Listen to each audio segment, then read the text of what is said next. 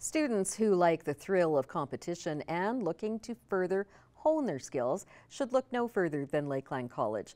In this week's Beyond the Classroom, we see how students from Lloyd Comp got their chance to compete on the college level.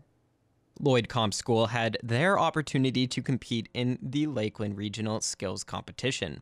The high school students this year were battling in the cosmetology division, bringing in the most talented in the region. It's unfortunate that everyone can't win, but because they've all worked so hard, but we just have to go off of what the judging says and how it's actually the look. It's not just about the actual overall look, but about the lines and about the stray hairs and about pins showing and, you know, how they dress a mannequin and all that sort of thing too as well. A lot of preparation has to go into a competition like this, with the possibility of the top 2 placing students to get their ticket to provincials hosted in Edmonton this May. I wanted to try new braids to learn, to push myself a little bit for this competition. You have to practice for hours, practice timing yourself so you know how much time you have to do each braid and each step. Win or lose, the students were happy to compete and learn all they can for their possible future careers. I want this as a career because Cosmo is my passion, so I really love it. And that's all for this week's edition of Beyond the Classroom. At Lakeland College, our students go beyond the classroom for immersive, hands-on learning experiences. It's about experiencing the real world. The Kowas Music Festival got underway Monday, bringing talented local youth to perform songs of their choice. The pianists are the first to have their recital, where talented Brody Reed Herman is competing in today's and Thursday's solo performance, and he explains why he got into playing the piano. My brother did it, so I thought I'd do it too. I really like the hand movements that I can do when I'm playing it. This isn't Brody's first time playing in the music festival, as he had a very successful performance just last year. I did it once last year. It was good. Yeah. I got first place. Piano 1 and Piano 2 recitals will have their final day tomorrow, with performances at 9 a.m., 1 p.m., and 6 p.m. The final concert will be on Sunday, May 5th at the Grace United Church, where they will showcase the best and hand out awards. A wildfire burning near Peace River is forcing people out of their homes as Alberta warns of a long fire season ahead. The fire is burning about 15 kilometers southwest of Peace River and is moving north. People living near Cold Lake First Nations are being told to be at the ready to leave at a moment's notice. There are 63 active wildfires burning in Alberta right now, most of them north of Edmonton. Officials are warning residents to be vigilant and mindful of fire bans. Thomas Wildman joins me now with the weather. And Thomas, it looks like you're wearing another lucky jersey. Yeah, this is my reverse retro Zach Hyman jersey. I got this last year. Unfortunately, they don't wear these ones specifically anymore, but it was good luck, especially I wore it on game 1, and hats off to Zach Hyman. He got the hat trick, so yeah, it was fantastic. But in terms of what we're here to talk about right now, weather's looking great right now here in the border city and across all of Alberta. We're getting out of those nasty fake winter temperatures that the false spring that we all call it, and we're getting closer to true spring right now. A high of 21 degrees today, which was fantastic, a low of 4 degrees, so didn't even get to those low temperatures today. The normal usually for right now is 13 and a low of -1, so well above the usual average. Unfortunately, we're well below the monthly average on precipitation, and unless we get really dumped on with some good rains here, our farming friends are going to be struggling a little bit, though that means they are going to be getting right into seeding as we're getting here close to the end of April and into May. Taking a look at the current conditions at Lloydminster Airport, we're sitting at 20 degrees. With wind chill, we're not feeling any of that, even though there is a bit of a nasty 26-kilometer southeast wind hitting us right now, but doesn't make a big change on the nice sunny day with some mixed sun and cloud today. North Battleford is looking fantastic today. They're sitting at 23 degrees with their wind chill. They're also still at that 23-degree mark, so fantastic for North Battleford. And Cold Lake is going to be looking a little bit better than us as well, 22 degrees right now. And once again, wind chill's not doing a whole lot to them as well with their mix of sun and cloud today. Take a look across the region here. Look at all these 20s. That's fantastic. Cold Lake at that 21 mark, Lloydminster at 20 right now. Marwayne similar to Cold Lake and St. Paul, both at 21. Bonnyville, a warm 22. Lacklebish sitting at 20. Vermilion at 21 as well. Then we've got Wainwright and Provo sitting at 20. Vegreville, a little bit further west, is getting a little cooler at 19. And Edmonton for a nice Wednesday night playoff battle, 18 degrees for them. Taking a look at the Saskatchewan side, Alacross sitting at 18 degrees. Then as you get further south, it's a lot nicer there. Pierceland and Green Lake at 22 degrees. Meadow Lake closer to us at 20 degrees. St. Walburg at 22. Maidstone at 20. And Macklin, nice 23 degrees, as is North Battleford. Now taking a look at tonight's forecast, North Battleford is going to be going to a low of 6 degrees with some considerable clouds this evening and will be partly cloudy late. Only a 2% chance of precipitation, so they likely will not be feeling bad.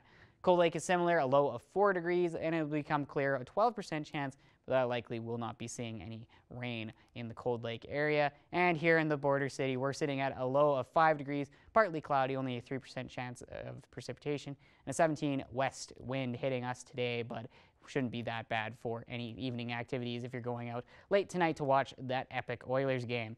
And taking a look now finally at the 7-day forecast, tomorrow we're going to have a high of 17 degrees with a low of 0. And that's going to get a little bit cooler as we get into the weekend. Friday 12 with a low of -1 and Saturday 13 with a low of 4 degrees, though we are going to see some considerable cloudiness on Saturday and on Thursday. But that will do it for our first look at the weather forecast. We will have some more news headlines coming up after the break.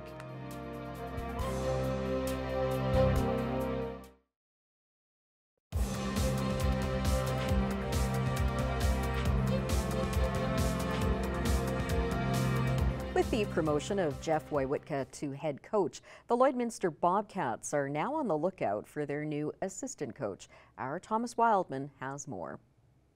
Today I'm joined by Nigel Dubé, the general manager of the Lloydminster Bobcats, and he's here today to talk about their look for their next assistant coach. And so thank you so much for being with me today, Nigel. Thank you. Previously, you guys had Jeff Wojciechowski serving as the assistant coach. He has now, of course, been promoted to the head coaching position. Are you guys going to be looking for someone similar to Wojciechowski as the next assistant coach, or are you going to be taking a look at some different looking coaches for the 2024-25 season? With Jeff, he's an exceptional coach, and obviously for him, he's played at the National Hockey League. You know, what he learned, I think, along his journey to get there and while being there, you know, helped our players. And Jeff joined us December of 2022 and just been outstanding ever since. So he'll be great as the head coach. We're looking forward to him as the head coach. And then when it comes to the new assistant, we're going to open it up, you know, and go through those applicants and see what it is. We want to make sure that, you know, we find somebody that fits with what we're doing first and foremost in the organization, and then work alongside Jeff, you know, hand in hand with how he wants things to go on the ice and from day-to-day operations around the hockey and what needs to be done as far as skills, gameplay, special teams, those kind of things, and really work closely with Jeff. So we'll go through those and you know, we're not in a hurry by any means. So we'll sit back and kind of go through them and make some phone calls and find the best fit for it. And previously, Wojciechowski was the associate head coach. Are you going to be looking for another associate head coach or more of an assistant coach to specifically help Wojciechowski with the next season? Yeah, for it, you know, we just need somebody that's gonna help out Jeff every day, be active, meet the needs that he's looking for, and you know, we've really since Jeff joined our program, we've really increased the player development within our group. And I think we've seen that every year again. Last year, you know, throughout the course of the year, our players just continue to get better, and Jeff's hands were all over that. And you know, so we're looking for something similar to that. We need to evolve our players while they're here. We need to grow their games. You know, we need to grow their skill set and get the most out of them. But we're also looking for that staff that's going to work great together, be able to bounce ideas off of each other, learn from each other, and you know, help evaluate those players too as well. And finally, Nigel, it's particularly important here in the off season, but how important is it that this next assistant coach is going to be a very outgoing person and a very community-minded person that will become a good part of the Lloydminster Bobcats brand? And that's a big part. We talk about our motto being Border City Built, and anybody that comes into our organization, we have a unique staff here. Everybody's came from outside of town and put grassroots into town, and is heavily involved in the community, whether it's in season or off season. So we're looking for somebody that has those roots, that wants to connect with our community. At the end of the day, our community is what drives our organization. So we want somebody that's outgoing, that's willing to go out and not so much meet with every sponsor, but just be personable in that, and meet people in the community. Maybe go watch a minor hockey game on a day off, and really thrive on our community and what it has to offer. And we're excited to find that candidate. Thank you so much for all the information, Nigel, and we definitely look forward to meeting the new assistant coach for the Lloydminster Bobcats. It is time now to have a look at all of the pet pictures you've been sharing with us for our Pets of the Day.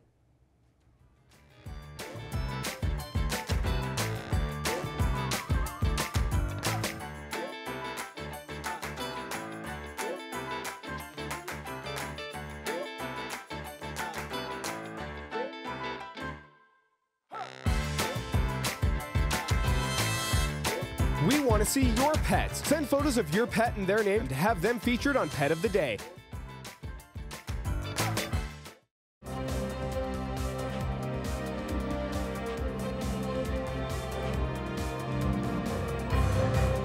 The spring cleaning bug is hitting a lot of people, and of course the city is no different. Their annual Pitch in Week event is coming up next week, and I'm here talking with Johan Jones. He is the Director of the Environmental Services Program with the City of Lloydminster. Thanks for joining me. What can you tell me about this year's program?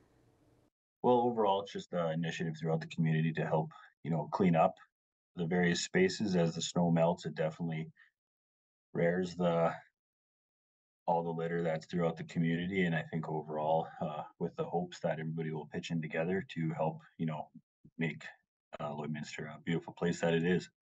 With Lloydminster being on a major transportation route, how important is it for the city to look good to travelers going through? Oh, for sure. It goes a long way. I think, people that pass through the community, if they can see that, if we take care of our surroundings, it definitely goes a long way. Even in terms of sports groups that come through, they have lots of positives to say about the cleanliness of our facilities, as well as just the overall city as a whole. So I think that definitely goes a far ways. Yeah, overall, just from your property to even helping out your neighbor if they need more help, and your neighboring park space, ditches, roadways, just anything that really comes to mind if anybody wants to lend a hand. Can you tell me if there's anything new with the initiative this year?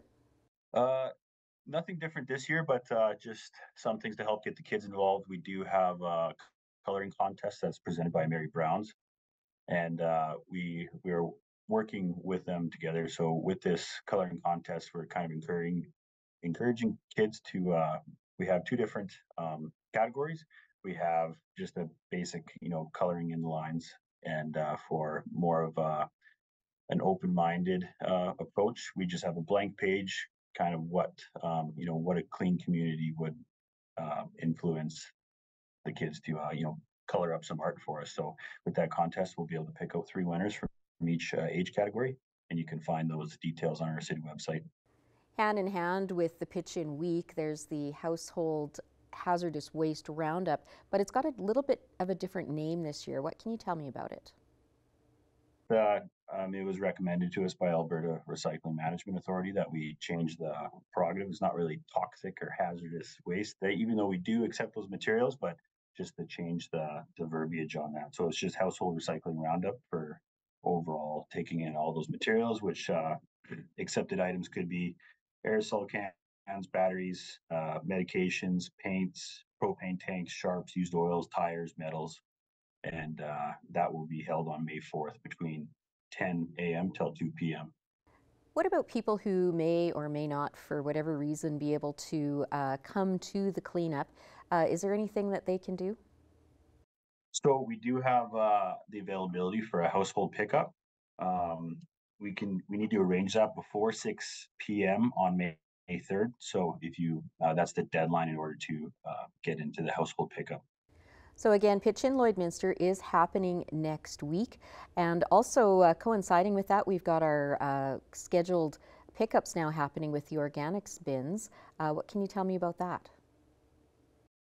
You can definitely call the city. We can definitely give a hand if there is anything of concerns. And if there's anything that is, warrants anything outside of that, you can definitely give us a call too at Curbside Services.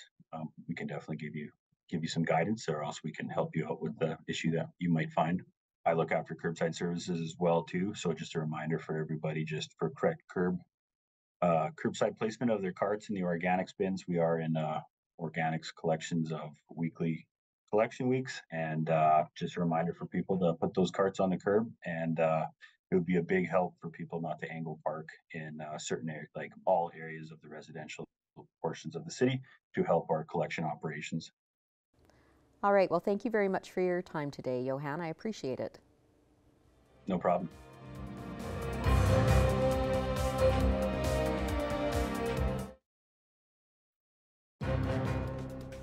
Furniture set and design supplied by Furniture Gallery, downtown Lloydminster.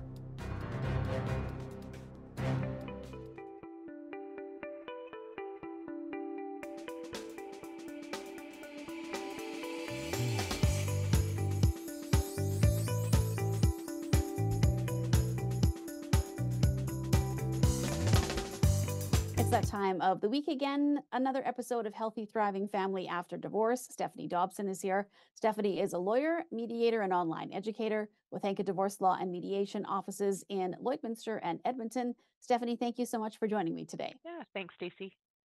Well, Stephanie, we're going to dive into a subject today that some people might not really think about everything that's involved with it, but it's actually a lot and can cause, issues in separate relationships. And that's talking about how parents whose adult children are going through separation or divorce, how they can support their kids at that time. And that's kind of a big issue, like we had alluded to. So today, the first thing we're going to talk about is what are some tips that basically, if you need to kind of step in and you want to help your kids going through the separation or divorce process, what are some tips that people can do to help them out? So I've got 3 tips that I thought of for this particular question. So the first tip is to encourage your adult children to consider a positive and healthy separation or divorce. Oftentimes adult children will come to their parents for advice or to vent about their situation. And I always say that irrespective of how you feel about your soon-to-be ex, son or daughter-in-law, it's important to encourage them to be civil, especially when there's grandchildren involved. I have lots of resources on our Hanka Divorce website, hankadivorce.ca, to help divorcing families learn that positive and constructive way to separate. So I encourage grandparents to do their research and figure out how you can best support your child in a positive way. Tip number 2 is to think of ways that you can be there for your adult child. So you might be there for some financial help. So they may want to your adult child may want to set up a new residence. You may need to help them to care for your grandchildren, to help them to reduce expenses or co-sign for a loan, or even help them with some professional fees. And it's really important to document this properly to make sure that it's considered either a gift or a loan. You might want to help with some respite support. So, your son or daughter might want to go out for an evening just to be able to get away from their situation and have a little bit of fun. So you could be there as a caregiver, and even some emotional support, to be a shoulder to lean on. Tip number 3 is to be flexible. Your adult child will be going through a lot. So things like when family gatherings come up, maybe canvas your adult child to see what will work best for them and your grandchildren, especially in the first year of separation when there's holidays coming up and new traditions are being created. It's hard when adult children are being pulled in lots of different directions with lots of different extended family pressures. So do what you can to show flexibility to them. Okay, and Stephanie, if you realize that your grandkids are experiencing high conflict separating parents, what can people do to help out the grandkids? So I've got another 3 tips for this. So tip number 1 is to be there to support your grandchildren as much as you can. You know, they're going to be experiencing various emotions, highs and lows. You know, you can avoid prying for information, of course, about the divorce, but allow them to talk if they initiate something. Grandparents can be a great diversion for kids, and they sometimes feel more comfortable talking to grandma and grandpa than they do their own parents. So it's important to meet them where they're at and give them some drama-free time and loads of fun and a shoulder to cry on if they need it. Tip number 2 is to maintain a united front with the parents so that the messaging is consistent. So it's important to talk with your son or daughter and their soon-to-be ex-spouse to really understand what their messaging has been to the kids about the separation so that you can reinforce what the parents' messaging is. And tip number 3 is to always speak positively about both parents. Even though you may feel more aligned to your own adult child, it's really important to ensure that the grandchildren are none the wiser. Just like one parent should avoid speaking negatively about the other parent, it's the same thing goes as well for grandparents. All right, Stephanie. Well, thank you so much for joining me this week, and we will chat again next week. Thanks, Stacey.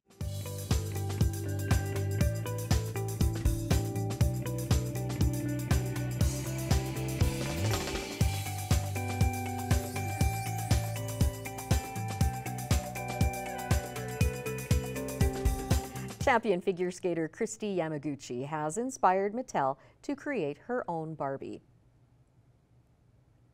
The doll is part of Barbie's Inspiring Women lineup and honors Yamaguchi's history-making turn as the first Asian American woman to win the gold medal. The Barbie mirrors Yamaguchi's look on the day that she clinched the win back in 1992. The new Yamaguchi Barbie is now available in stores, just in time for Asian American and Pacific Islander Heritage Month. I think that's really cool. You know, there was back in the 90s, or maybe the late 80s, there was a Gretzky doll of sorts. I don't know if it was specifically Barbie, but it certainly could have been. And I'm sure, of course, they always have the statuettes for all the hockey players and football players. And they're action figures when it's... Yes, cool action figures. That's all the news that we have for you this evening. Thanks so much for joining us. Have a good night.